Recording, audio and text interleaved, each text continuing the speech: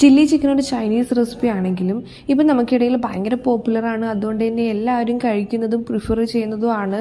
അതുപോലെ എല്ലാവരും വീട്ടിലൊക്കെ കുക്ക് ചെയ്യുന്നതുമാണ്. നമ്മൾ പുറത്തൊക്കെ പോയിട്ട് ചില്ലി ചിക്കൻ കഴിക്കുന്ന ടൈമിൽ ഇതിങ്ങനെ ആയിരുന്നില്ല, കുറച്ചും കൂടി ബെറ്റർ ആക്കാമായിരുന്നു, അല്ലെങ്കിൽ നമ്മൾ വീട്ടിലുണ്ടാക്കുന്നതിൻ്റെ അത്ര ശരിയായിട്ടില്ല എന്ന് തോന്നാറുണ്ട്. കാരണം നമ്മൾ മലയാളികൾ കഴിക്കാൻ ഇഷ്ടപ്പെടുന്ന ടേസ്റ്റിലാണ് നമ്മൾ വീട്ടിലുണ്ടാക്കുന്നത്. ഓരോ നാട്ടിൽ നമ്മളത് കഴിക്കുമ്പോൾ ആ നാട്ടിലെ ഫ്ലേവർ കയറി വരുമല്ലോ. അപ്പോൾ മലയാളികൾ കഴിക്കാൻ ഇഷ്ടപ്പെടുന്ന ഫ്ലേവർ കയറി വരുന്ന Kerala style chilli chicken easy ആയിട്ട് എങ്ങനെയാണ് ഉണ്ടാക്കുന്നതെന്ന് നോക്കാം. ഞാനിവിടെ എടുത്തിരിക്കുന്നത് 1 kg ചിക്കൻ്റെ മീറ്റാണ്.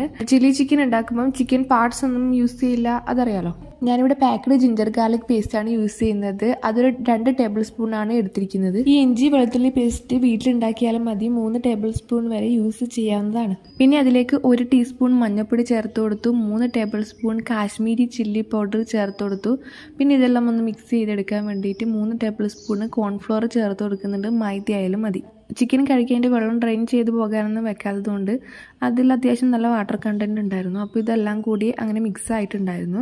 ഇനി അങ്ങനെ ഇല്ല, നല്ല ഡ്രൈ ആയിട്ടുള്ള ചിക്കനാണ് എടുത്തതെങ്കിൽ അതിൽ വേണമെങ്കിൽ എഗ്ഗ് വൈറ്റ് ചേർത്ത് കൊടുക്കാം. എഗ്ഗ് വൈറ്റും യോക്കും ഫുള്ളായിട്ടും അതിലേക്ക് പൊട്ടിച്ച് ഒഴിച്ചു കൊടുത്തിട്ടും അതിനൊരു വാട്ടർ കണ്ടൻറ്റ് ആക്കി കൊടുക്കാം. അല്ലെങ്കിൽ നോർമൽ വെള്ളം ഒഴിച്ചിട്ടും ഇതെല്ലാം കൂടി ഒന്ന് മിക്സ് ചെയ്ത് കൊടുക്കാവുന്നതാണ്. ചിക്കൻ ആവശ്യത്തിനുള്ള ഉപ്പ് ഞാൻ ഓൾറെഡി ചേർത്തിട്ടുണ്ടായിരുന്നു, പറയാൻ മറന്നതാണ്. 1 കിലോ ചിക്കന് ഞാനിവിടെ 2 വലിയ ക്യാപ്സിക്കം എടുത്തിട്ടുണ്ട്. അതായത് ഇത് 1/2 കിലോളം വരും. ക്യാപ്സിക്കം സ്ക്വയർ ഷേപ്പിലാണ് കട്ട് ചെയ്തെടുക്കേണ്ടത്.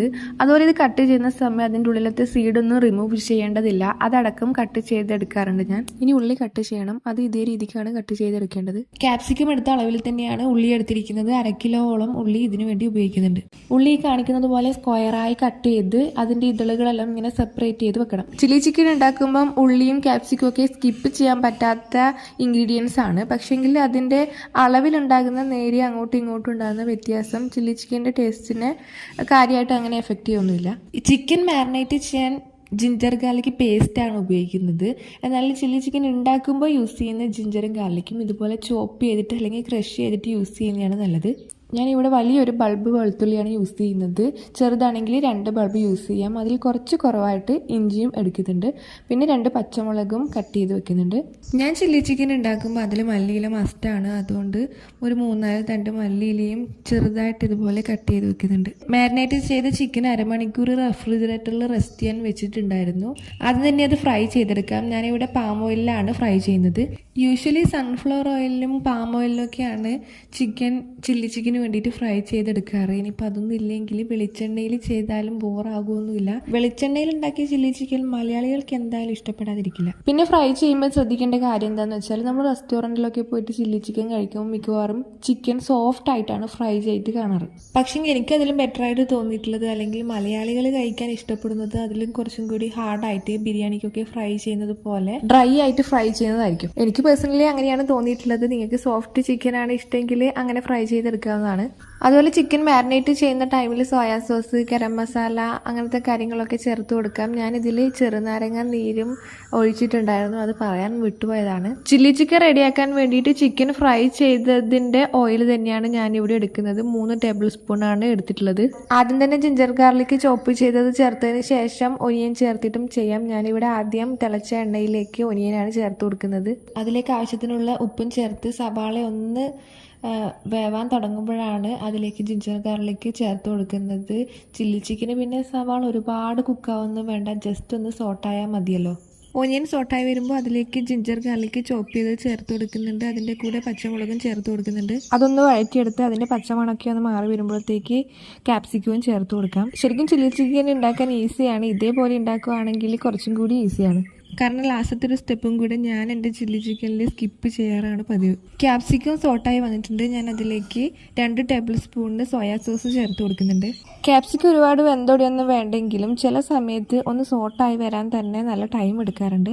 അതുകൊണ്ട് ഞാനൊരു 5 മിനിറ്റോളം ക്യാപ്സിക്കം അടച്ചു വെച്ചിട്ട് വെയിറ്റ് ചെയ്യേണ്ടി വന്നു അതൊന്ന് സോട്ടായി വരാൻ. പിന്നെ ഇതിലേക്ക് ടൊമാറ്റോ സോസ് ചേർത്ത് കൊടുക്കാം. 3 to 4 ടേബിൾ സ്പൂൺ ചേർത്ത് കൊടുക്കാവുന്നതാണ്. പിന്നെ കയ്യിലുള്ളത് കൊണ്ട് ഞാൻ കുറച്ച് ഗ്രീൻ ചില്ലി സോസ് ചേർത്ത് കൊടുക്കുന്നുണ്ട്. റെഡ് ചില്ലി സോസ് ആയാലും കുഴപ്പമില്ല, ഇനി ഇത് സ്കിപ്പ് ചെയ്താലും കുഴപ്പമില്ല. ബോട്ടിലിൽ ലാസ്റ്റ് കുറച്ച് റെഡ് ചില്ലി സോസ് ഉള്ളതുകൊണ്ട് ഞാൻ ഒരു 1/2 ടേബിൾ സ്പൂൺ അതും ചേർത്ത് കൊടുക്കുന്നുണ്ട്. അപ്പോൾ നിങ്ങൾ ഇതിൽ സോയാ സോസും ടൊമാറ്റോ സോസും കുറച്ചധികം ചേർത്ത് കൊടുത്താൽ അത് ബാലൻസ്ഡ് ആയിക്കോളും. സോസിന് മധുരം ഉള്ളതുകൊണ്ട് ഞാൻ എക്സ്ട്രാ പഞ്ചസാര ഒന്നും ചേർത്ത് കൊടുക്കുന്നില്ല. ഈ ഒരു ടൈമിൽ ഇതിൻ്റെ ഉപ്പ്, പുളി, മധുരം ഇതൊക്കെ ഓക്കെ ആണോ എന്ന് ചെക്ക് ചെയ്ത് നോക്കണം. ഇതെല്ലാം ഒന്ന് മിക്സ് ആക്കി അതൊന്ന് ബോയിൽ ചെയ്യാൻ തുടങ്ങുമ്പോൾ ഫ്രൈ ചെയ്ത് വെച്ച ചിക്കനും ചേർത്ത് കൊടുക്കാം. ചില്ലി ചിക്കൻ ഡ്രൈ ആയിട്ടുള്ളതും കിട്ടാറുണ്ട്, അത്യാവശ്യം ഗ്രേവി ഉള്ളതും കിട്ടാറുണ്ട്. ഞാൻ ഈ പറഞ്ഞ അളവിലാണ് സോസും കാര്യങ്ങളൊക്കെ ചേർത്തതെങ്കിൽ ഇത് ഒരുപാട് ഡ്രൈയും ആയിരിക്കില്ല, ഭയങ്കര ഗ്രേവി ആയിരിക്കില്ല. ഇനി ഇത് ഭയങ്കര ഗ്രേവി ആയിപ്പോയി ഡ്രൈ ആകണമെന്നുണ്ടെങ്കിലാണ് ശരിക്കും അതിലേക്ക് കോൺഫ്ലവർ കലക്കിയിട്ട് ലാസ്റ്റ് ഒഴിച്ചു കൊടുക്കുന്നത്. ഇതേ രീതിക്കാണ് ചെയ്യുന്നതെങ്കിൽ അതിൻ്റെ ഒരു ആവശ്യം ഉണ്ടാകാറില്ല. ഇത് ഓക്കെയാണ്. പിന്നെ അതിലേക്ക് ഞാൻ നേരത്തെ കട്ട് ചെയ്ത് വെച്ച കൊറിയാണ്ടർ ലീഫും കൂടെ ചേർത്ത് കൊടുക്കുന്നുണ്ട്. പിന്നെ അതിലേക്ക് വീഡിയോ ഒക്കെ എടുക്കുമ്പോൾ ഒരു ഭംഗിക്ക് വേണ്ടി ഞാൻ കുറച്ച് വെളുത്തുള്ളി ചേർത്ത് കൊടുക്കുന്നുണ്ട്. അവസാനം അതിലേക്ക് കുരുമുളക് പൊടിയും കൂടെ വിതറി കൊടുത്തിട്ട് സ്റ്റൗ ഓഫ് ആക്കുന്നതാണ് നമ്മുടെ easy tasty Kerala style chilli chicken റെഡിയായി. നിങ്ങളും ഇതുപോലെ തന്നെയാണ് ഉണ്ടാക്കാറെങ്കിൽ കമൻറ്റ് ചെയ്യണം, അല്ലെങ്കിൽ ഇതുപോലെ ഒന്ന് ട്രൈ ചെയ്ത് നോക്കണം. ഫ്രണ്ട്സിലും ഫാമിലിക്കും ഒക്കെ ഈ വീഡിയോ ഷെയർ ചെയ്ത് കൊടുക്കണം. വീഡിയോ യൂസ്ഫുൾ ആയാൽ ലൈക്ക് ചെയ്യണം. അതുപോലെ സബ്സ്ക്രൈബ് ചെയ്യാത്തവരാണെങ്കിലും ഒന്ന് ചാനൽ സബ്സ്ക്രൈബ് ചെയ്തേക്കണേ. മറ്റൊരു നല്ല വീഡിയോ ആയി വീണ്ടും കാണാം.